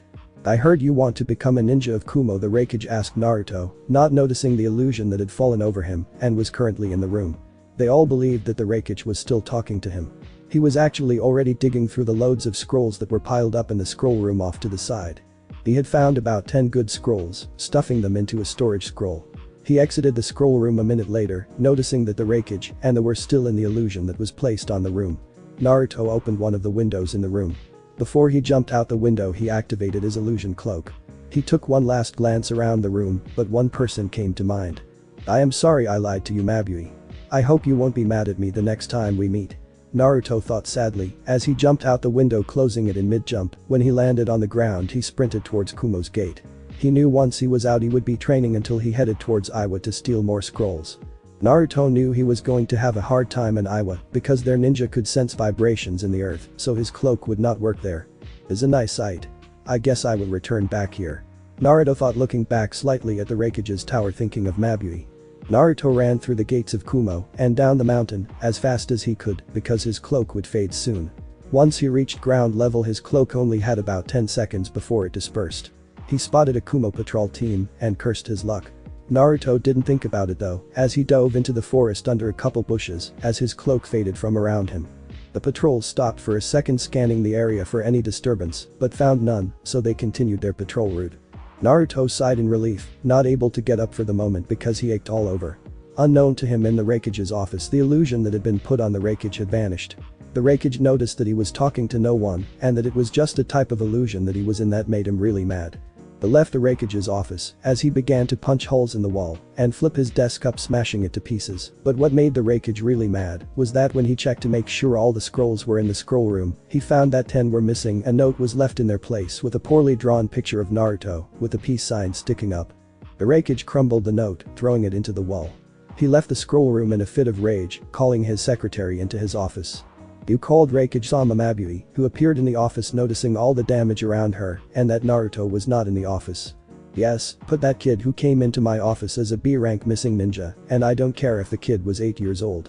He took 10 valuable scrolls from my office while putting me and my under an illusion, making me believe I was talking to him as he stole the scrolls from my office, Raikage explained to Mabui with anger still clearly visible on his face.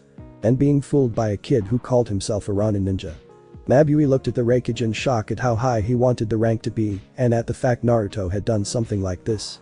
Mabui thought Naruto was so nice, she wondered what had made him do this. She knew she couldn't argue with him though, so she sighed in frustration. Okay, Raikage-sama, Mabui said, walking out of the office with a downed expression on her face. She could hear the Raikage cursing like mad from his office. Why did you do this, Naruto? I don't understand. I thought you wanted to be a Kumo ninja. Was that just a lie? And when you called me beautiful, was that just a trick to fool me, or did you really mean it? Cause it seems to me you just fooled me to get what you wanted, Mabui thought, sitting back in her chair. She put her arms down on her desk. She put her head down on her arms. She lifted her head off her arms after a couple of minutes. I am going to find out if you were telling me the truth or not, and if I have to beat it out of you, I will. Mabui think of filling out the new addition to the bingo book. She hoped Naruto survived till then. She wanted to meet him again when he is older, even if what he had told her was a lie. I thought I found the one, but now I don't know, Mabui thought, sighing. Naruto got up slowly when he heard the bustle of ninja grow on top of the mountain. He knew he had to get out of here quickly when the search party was coming. Naruto shot off into the woods, vanishing from his spot.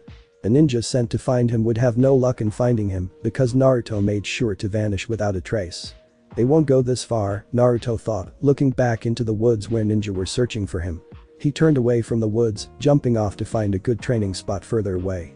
Time skip 4 years later. Naruto was heading towards Konoha. The reason he was currently walking towards Konoha was because the exams were being held in 2 days in Konoha. For the past 4 years he had been training rigorously with his illusions that he was close to mastering. His swordplay greatly improved since when he first stole the sword from that town before he headed to that mist fort. He had many kinds in his arsenal, but he hardly used them. He only used them when he didn't want to use his illusions on his enemies. He knew that he had wind and water affinities, but that did not stop him from learning the Doten and fire techniques that he had learned from stolen scrolls from many different villages. If Naruto had to rank his power, he would compare himself to around Jonin level, but he still needed work because you just don't become a great ninja overnight. I guess I can test myself against some genin, but I hope I don't hurt them too badly in the exams, Naruto thought as he saw Konoha's gates coming up slowly in his range of sight. The only thing Naruto hoped for was that the Raikage would not be attending the exams, because if he was, he might be in for one hell of a fight if he was spotted. Naruto sighed at that train of thought because he knew if he fought the Raikage straightforward at this moment he would lose. Too bad they were ninjas, and deception was the key to victory for all ninjas nowadays. Naruto approached the gates, not activating any illusions because he needed to be visible if he were to sign up for the exams that were to be hosted here. I hope someone gives me a challenge in these exams because I came here just because of what Naruto thought as he approached the gates of Konoha. When he walked past the gates he was stopped by two gate guards who asked him why he was there.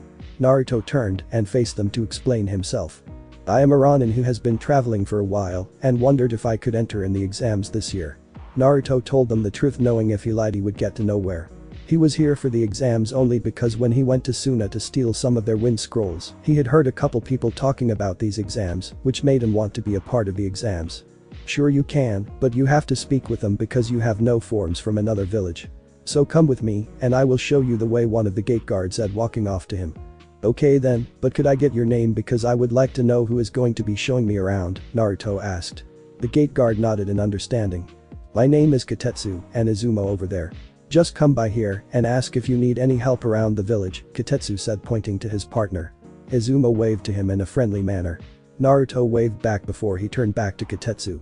My name is Naruto Uzumaki, and it was nice to meet you, Naruto said as he shook Katetsu's hand. They then began to walk down the main street of Konoha. Katetsu pointed out many places to eat and the training grounds. Once they actually reached the tower, Naruto knew where mostly everything was in the village. Katetsu had left once they had gotten to the Hokage's tower to go back and help his partner at the gate. Naruto noticed many different villages wandering around Konoha, but he had not noticed any Kumo ninja yet. He hoped if Kumo ninja were to come to the exams that Mabui would not show up with a Raikage. I haven't seen her since the time I stole the lightning scrolls from Kumo. She is probably mad at me. Naruto thought of walking up the stairs that lead to the Hokage's office. Once he reached the top of the stairs he walked over to the secretary's desk. I am here to sign up for the exams. I am a wandering Ronin from outside this village, so I don't have papers, Naruto explained to the secretary. The secretary nodded in understanding. Are you sure that you can handle the exams? Usually Ronins are not very strong because you guys have no one to train under, the secretary asked, concerned because she did not want to see the young boy in front of her die during the exams. She knew how hard the exams were, and she did not want some boy to die pointlessly in these exams. Don't worry about me, I am plenty strong. The other genin are the ones you should be worrying about because I will not go easy on them, so they better watch out, Naruto told her with a stern look. The secretary nodded as she pressed the intercom button and told them that someone was here to join the exams. She was told to tell him to wait till after his meeting with the Raikage. What he didn't say over the intercom was that his secretary and Samui were with him to observe Yujito and her team in the exams. Naruto heard the mention of the Raikage and started to sweat bullets, trying to find a way to not be seen by him so soon. You are allowed in after he is done with his meeting with the Raikage, so you can wait right here if you like, the secretary told Naruto. Naruto nodded and stood there to wait for their meeting to be done. After 30 minutes of waiting for the meeting between the Raikage to be done, the door started to open once Naruto looked at the secretary and noticed that she was looking at the door. At that moment he quickly shrouded himself in his illusion cloak, disappearing out of sight. He saw the Raikage walk out the door a second after his cloak went up. The Raikage was not the surprise, though the surprise was when Mabui and Samui walked out after the Raikage right past him. Naruto looked down the hall and watched as they left the tower, making him sigh in relief at not being spotted. Once he knew they were not coming back, he released the cloak from around him, appearing in sight once again. Thank God they didn't see me yet. I would have to deal with an enraged Mabui and Raikage, but the thing is I can't decide which one is worse to run into, since women can be really scary when they are mad, Naruto thought before his train of thought was cut off by the secretary. You may go in now, and she is ready to see you now, the secretary announced from her desk. Naruto nodded to her in thanks before he headed to the Hokage's office, shutting the door behind. He saw them when he turned around. So Naruto walked over to a chair in front of the Hokage's desk. How may I help you? I heard from my secretary that you want to join in this your selection exam, Sandai asked. Yes, I don Hokage-sama, but I am a Ronin without paperwork since I am not from a village, so I wanted to request if I can enter, because I am sure I can handle it without a team, so no need to worry about me, Naruto told. Naruto was acting formally, but he knew the Sandai on a personal basis. It was hard to stay calm like he was doing at the moment. Well, I can sign you up if you are so sure of this, but I need your name and age for the registration form, the Sandai asked, pulling out a registration form from one of his desk drawers. My name is Naruto Uzumaki, and I am 12 years old, but I should know that, Chichi. Did you forget about me already? Naruto asked with a mock pout on his face. The Hokage's eyes widened as he wrote what Naruto said down. When he finished, he jumped out of his seat. He walked around his desk and gave Naruto a hug. I missed you, Naruto. Where have you been all this time? I could not find you anywhere, not even a chakra signature to tell me that you had left the village. Sandame asked Naruto curiously, always wanting to know how Naruto did it. Now he had the chance to find out. I guess I can show you, Jiji, but you have to promise not to tell anyone about it because it is my favorite technique, Naruto said. The Sandame agreed as he let Naruto stand up in the center of the room. The masked Nico watched from the corner of the room. She was surprised to see Ronin wanting to join the exams, but what caught her attention was that he seemed to know the kid. I wonder why Ronin would want to participate in the exams. We haven't had any Ronin wanting to join the exams in a long time because ninjas have been getting stronger over time and Ronin usually could not match them. I guess we will see how good he is in the exams because if Hokage-sama took a liking to him, there must be something special about the boy, Yugao thought from behind her mask. She continued to observe the two. Naruto vanished from sight right in front of both the and the Hokage. The weird thing though, and the conclusion was that they could not detect him, which made Naruto a deadly opponent. He almost completely vanished. I can pick up a slight distortion around him, but not much. If I was not intently studying what Naruto did, I would not have seen it because I can't detect him at all. Sandame thought I was perplexed. Nico, who was in the corner, was having similar thoughts that they were having. Naruto then reappeared in the room in the exact same spot he was in before he had vanished. Naruto held his hand out as he handed back his pipe that he had taken from his desk a bit ago. How did you get this, Sandame? Asked Naruto to take his pipe back. I took it when I disappeared from your sight with my illusion cloak. My illusions surpass almost all users in many ways, like you can't disrupt my cloak, only I can. I also can make any illusion I want you to see appear before you with these eyes of mine, Naruto explained as his eyes shifted from a dark blue to a lighter blue. He was again perplexed at the high-level illusions Naruto could use. Well, looks like my worries were for nothing. It seems you won't have any problems with the first two parts of the exams. The third might be a little tougher, but you will survive, Sandame told Naruto, but he would not tell Naruto about the exams. He would have to find out when they happen. They walked back to his desk to finish Naruto's registration form. When they finished signing the paper, Naruto brought to his attention something that he already knew about and didn't care about. You don't mind that I am a B-rank ninja in the bingo book, Naruto asked him. They just looked up at Naruto, sliding the paper across the desk to Naruto. I don't mind, Naruto. The reason why is because you're not part of our bingo book, but you are part of everyone else's bingo book, so make sure you be careful in the exams. There probably will be a lot of people after you to test themselves against you, the Sandame explained to Naruto. Naruto just scoffed at that because he knew no genin could beat him. He had been training non-stop for 4 years. Don't worry about me, Jiji. I can take care of myself. I have been training for a while, so I think I will have it pretty easy. My only problem though will be when the main fights in the stadium happens, Naruto told them. They wondered why there would be a problem during the main fight. What problem are you talking about? Asked Naruto Sandame. The problem is Mabui, the Raikage's assistant, and the Raikage. Mabui is probably mad at me for lying to her about wanting to become a Kumo ninja, though I still kind of like her. I may become even more attracted to her if she is mad at me, but I am scared that the two will kick my ass for what I did to them. Naruto said, a little scared of maybe having to fight the Raikage head on. Don't worry about Naruto, he can't attack you while he is in this village because I personally signed you up for these exams, so if he gets mad he can't do anything about it. So you like his assistant, my boy? Well, you are going to have to be pretty strong for her to fall for you. She told the Raikage in the office during our meeting that she would not be put into an arranged marriage and that she wanted someone strong to be with to protect her and not just ogle over her, Sandame explained to Naruto. Naruto only smiled at the explanation that was given to him because Mabui was the kind of woman he was attracted to. I am strong, so there's nothing to worry about. The only thing that I hope doesn't mess up a chance with her is my age. I don't care if she is older than me, but she might think that our age difference is too much for us to be together, Naruto said. They just chuckled at Naruto's answer. Don't worry, you will probably find out your worries were for nothing, just wait and see what happens. If you see Jiraiya, my student, could you please tell him I want to talk to him about something important, Sandame asked Naruto, who nodded. Naruto told him he would tell Jiraiya if he spotted him in Konoha anywhere.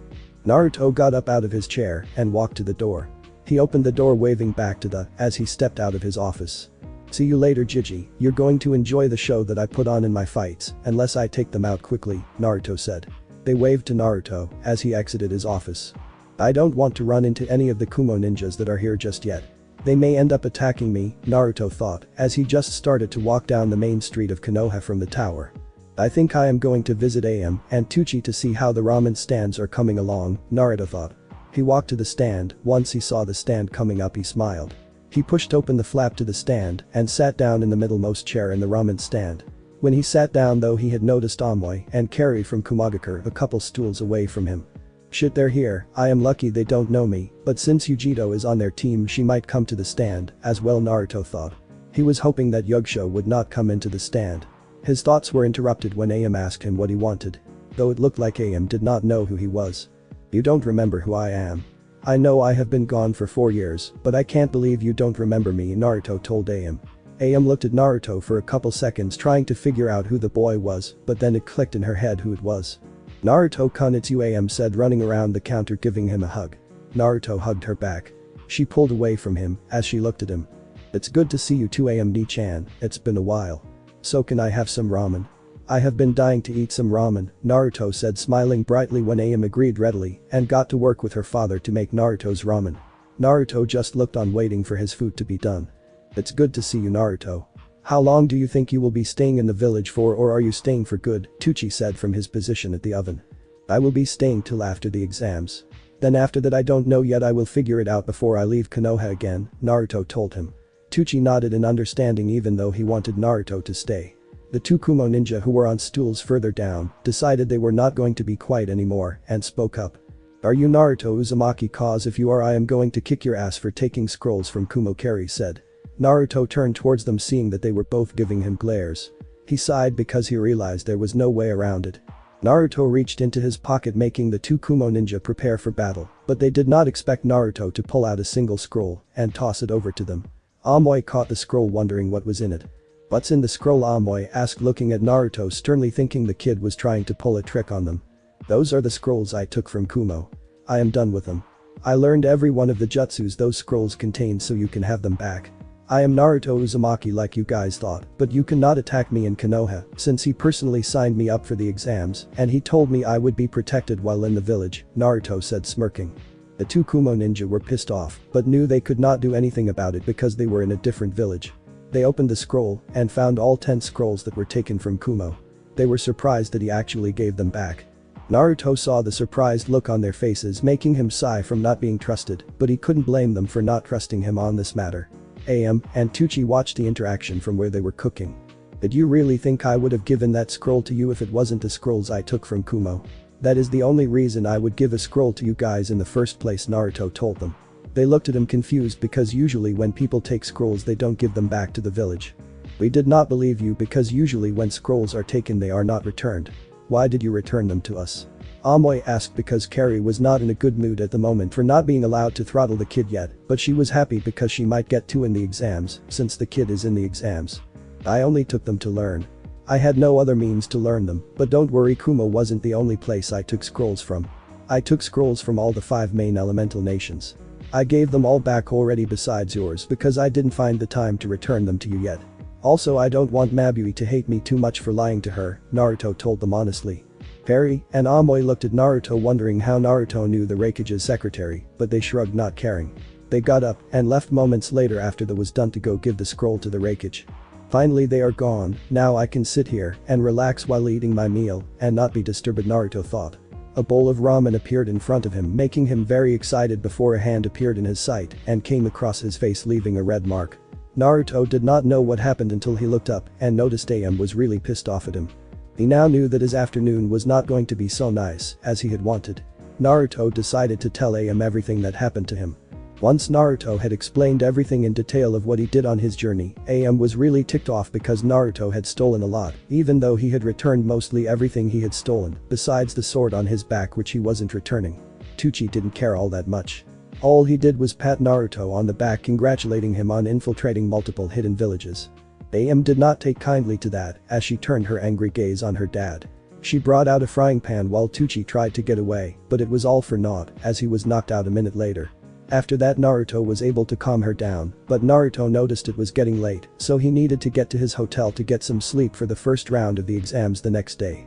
By AMD-chan, I will come by after the exams are over, Naruto shouted as he flipped open the flap of the stand as he exited. See you later, Naruto, we will be watching your matches in the finals, so you better make AM, shouted Naruto, who only waved back in response to AM. As Naruto walked the main street of Konoha to his hotel room, he decided to meet up with Mabui and speak with her at the end of the exams. She did deserve an explanation after all. Naruto was scared to see her, but he knew he had to if he was going to make it up to her. He wasn't the perfect guy, he was 56 at the age of 12, and he acted a little immature at times, but he hoped Mabui could look past the age difference and the anger she might feel towards him to be with him. So troublesome, I am only back in Konoha for one day and I end up with all these problems. Why can't my life be at least a little easier? Naruto thought, sighing to himself as he entered his hotel room numbered 5. Naruto closed the door behind him once he entered.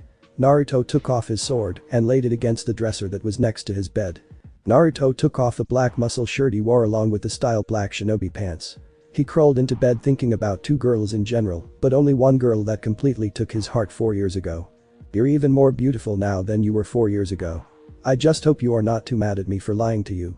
Mabui looked as hot as ever, too bad she isn't in the exams since she is a Naruto thought as he drifted off to sleep for the night.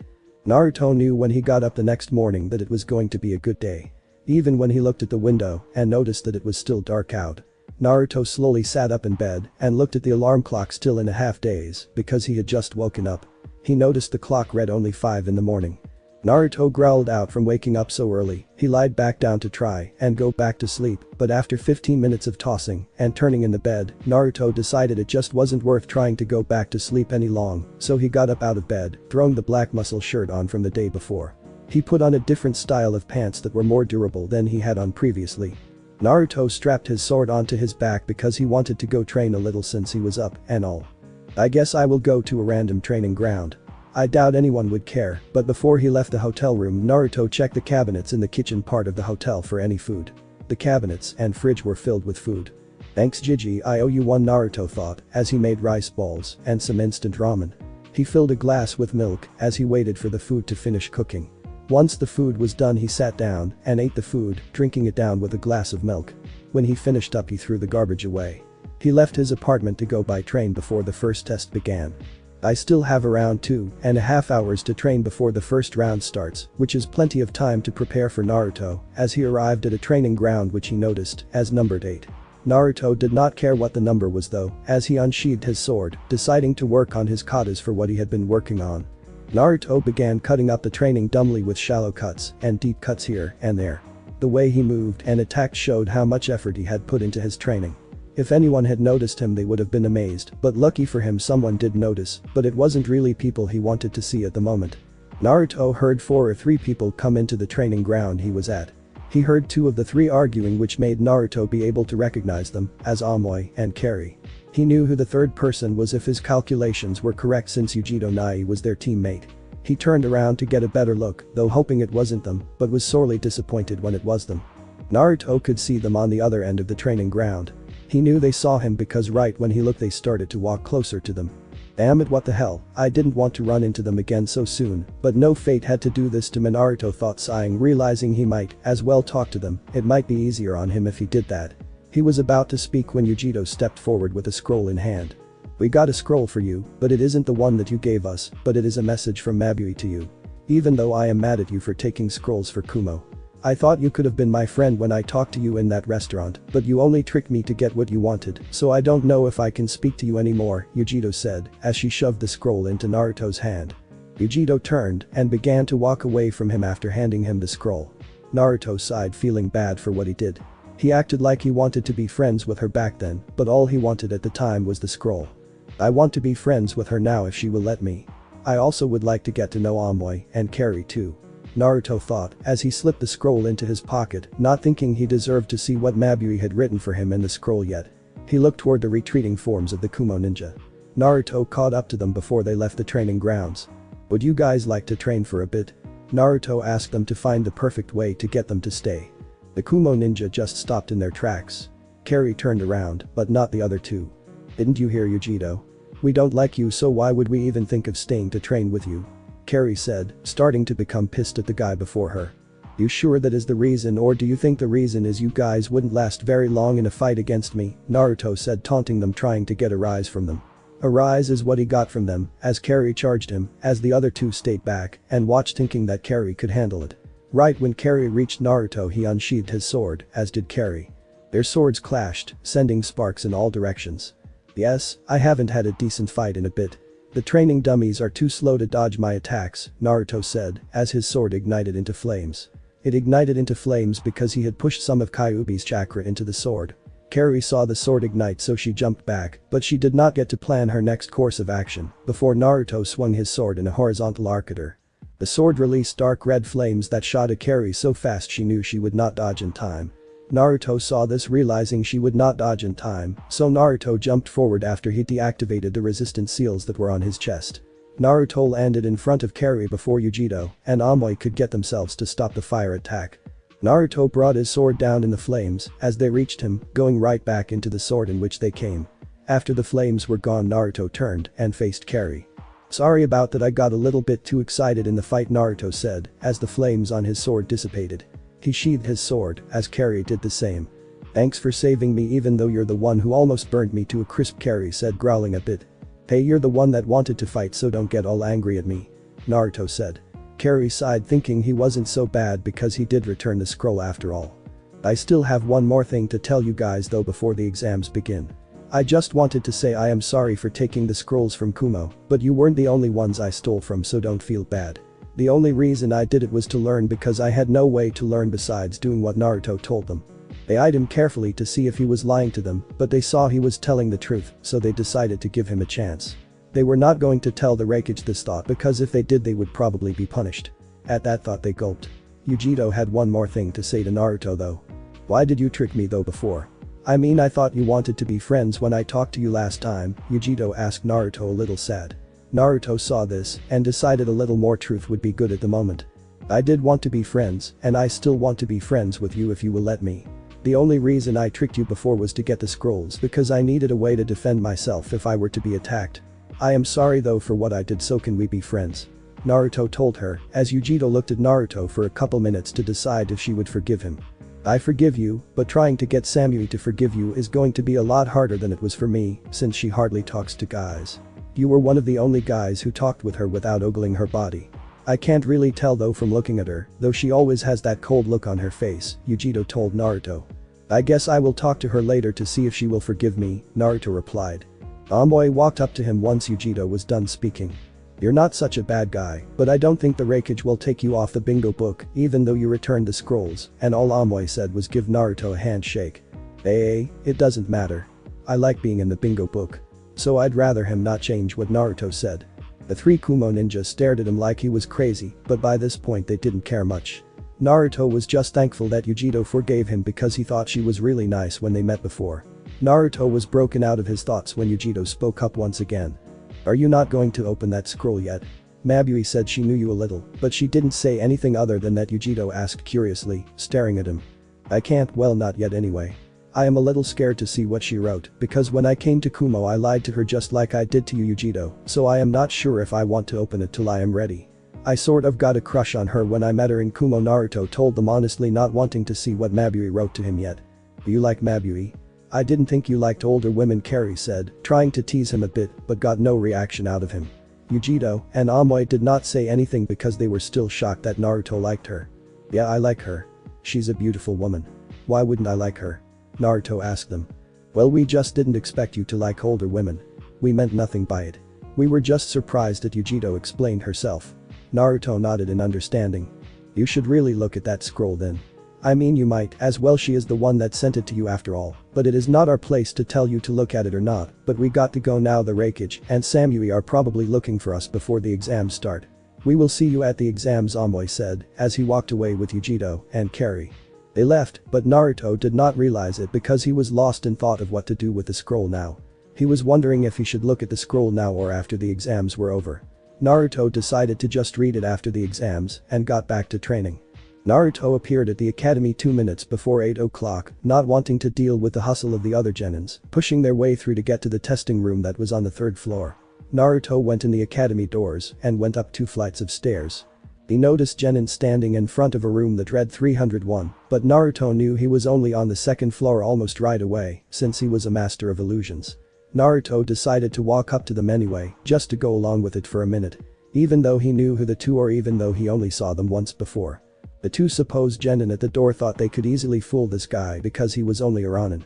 "We are not going to let you enter. You might, as well, drop out of the exam now because there is no way we are going to let you pass," the right genin stated. Naruto looked at them dumbly because they actually believed they could stop him. "Could you guys stop acting stupid? This lame could not fool anyone." You guys are supposed to be watching the gate. Why are you here? Naruto asked them. They looked at Naruto wide-eyed because he had figured they set up around the door they were standing in front of.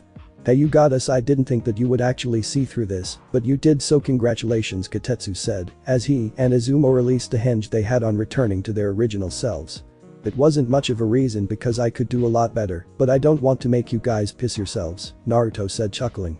Kotetsu and Izumo looked at Naruto a little and were scared by what he had just said, but they tried to ignore it. Add on in Naruto, the test will start in about 30 seconds, which means we will be called in any minute now, along with the proctor, so hurry up, Izumo said. Naruto nodded as he rushed past them up the flight of stairs. Naruto appeared in a room full of ninja who just stared at him with forbidding eyes. Wow, tough crowd, but I am torn, Naruto thought as he walked up next to a wall leaning against it. He closed his eyes for a couple seconds until he heard footsteps getting closer to his position. Naruto opened his eyes to see who it was. He noticed it was a Konoha team, but they were older than the rookie teams that he saw when he had walked in. Who are you? Naruto asked the silver-haired genin. My name is Kabuto Yakushi, what is your name? I didn't think anyone would be taking this exam alone, so where's your team at? Kabuto asked him. Naruto just looked at him bored. I am taking the exams alone because I am that good, and the name's Naruto Uzumaki, so could you leave me alone? Now I kind of did not get much sleep, Naruto told him. Kabuto nodded and left him alone. Naruto was about to close his eyes again, but when he saw a couple genin coming his way, he stared at them till they were right in front of him. One had the symbol on his shirt, one was a feral looking mutt, and the last one looked really lazy. Naruto just looked at them and thought, what a group. You're not going to survive long without a team, so I think my team will come after you first, Akaki said to him. The mutt said relatively the same thing. So he took a step forward, grabbing the Uchiha by the front of his shirt and looking him right in the eye. Everyone in the room was looking his way as he did this. Fine by me, little Uchiha, but don't cry too much when you crush you into little pieces, Naruto told him by throwing him across the room into the far wall. Kiba and Shikamaru backed off and went back to their teams. He knew their names now due to their teammates calling for them. The Uchiha he had hit was Sasuke, and he could thank the two little fangirls for yelling his name across the room. These genin look like they won't even last a couple minutes. I guess it means I got an easy win, Naruto thought. His thoughts were interrupted when a group of ninja appeared in the front of the room. I am Ibiki Marino, and I am the proctor for the first exam. When I call you up, you will pick a number from this box that this is holding to find out where you will be sitting. Once everyone had picked a number, they sat down in their respective seats. Unluckily for Naruto, he got the closest seat to Ibiki. He was happy that Yujito was sitting next to him. This is a written test, there is no cheating allowed. If you are caught cheating, then 2 points will be deducted out of your 10 points. If you don't answer any of the questions, you also fail. If your team's overall points do not equal 20 points, then you fail. These you see around you will make sure to catch anybody who's cheating, so don't believe you won't get caught, Ibiki shouted out at the classroom full of genin. Everyone just sat there listening to the explanation. Naruto already knew the meaning of the test, so he decided just to sleep through the first part of the test. Naruto laid his head down before Ibiki even told them to begin. Begin, you will have an hour to complete the test, Ibiki shouted as he sat down and got to work on some paperwork himself. Naruto started to fall asleep even though he was supposed to be doing the test. Yujito spotted Naruto out of the corner of her eye when she was trying to do her test paper. Yujito was shocked and wondered why Naruto was not even trying. Naruto, what are you doing? You are going to be kicked out of the exams, Yujito whispered angrily. Naruto turned his head on the desk to face her. No, I won't. The main point of this test is to cheat without getting caught. I could tell just by how he announced the test. So technically there is no test. He just wants to see who will cheat without getting caught, so I decided not to cheat or even take the test for that matter, Naruto told her. Yujito did not believe him though, as she got back to work on her test, not caring if Naruto failed because she tried to get him to work on his test, but he did not listen. After the hour was up, about 17 teams remained. The other teams got booted out of the exams. Naruto passed out on his desk with some drool hanging out of his mouth. Ibiki stood up and walked to the center of the room. It's time for the 10th question, but there are some rules to take this question as well. You have the choice to take it or not, but if you chose not to, you will be kicked out of the exams, Ibiki explained to them. A lot of the genin wondered why there was a rule like that. Yujito stood up from her desk, being the proud person she was. Why would anyone back out now? I mean, it is just a question, Yugsho said to Ibiki. Yujito sat back down once she made her point. Ibiki started to chuckle from what she said. That isn't the only rule. If you chose to take the 10th question and get it wrong, you will be banned from ever taking another exam again, Ibiki stated, grinning evilly at them. There were many complaints, but Ibiki silenced them. Who would like to drop out here? Ibiki asked them, counting off the teams who chose to quit. Once he saw no more hands up, he decided to end the test there. Damn, there are still 10 teams left. Anko is going to have a fit. Oh well, I guess she will see it as having more to play with. Ibiki though looking around the room. He spotted Naruto sleeping on the desk. Ibiki sweat dropped at that, realizing that he was going to pass a genin who had slept the whole test, but there was nothing he could do since he never refused to take the 10th question. You all pass, Ibiki shouted as his voice echoed across the room. When Ibiki had shouted this time, Naruto woke up, lifting his head off the desk. He wiped his eyes because his vision was blurry from sleeping. Who the hell keeps screaming so much? I am trying to sleep here, Naruto thought. He looked at Ibiki, realizing what Ibiki had announced before. He grinned stupidly, turning to Yujiro who was sitting next to him, stunned and unable to process what just happened. Told you that the test was pointless. Yujiro ignored him, but she knew he was right. Ibiki started to give his speech on why information gathering and information was important to have when on a mission, because it would spell death if you did not know what you were going into. But before he could finish his speech, a lady in a tan overcoat flew through the window with a sign appearing behind her when she landed from her somersault. I am Anko Midarashi, and I am the second proctor of the exams, Anko shouted out. Ibiki stepped out from behind her sign telling her she was early again. Anko just snorted seeing all the teams that were still there. Follow me to training ground 44 for the second stage of the exams, Anko said as she jumped out the window she had come in. Most genin in the room ran out the doors, but only the smart ones followed Anko out the window. Naruto had been one of the first out of the window because everyone was shocked by the entrance of their proctor. I better get to fight someone now because I want some action. Naruto thought, grinning as he followed Anko. The end. Thanks for watching my video, and make sure to check out the author of this fanfic, link is in the description. See you next time, till then sayonara.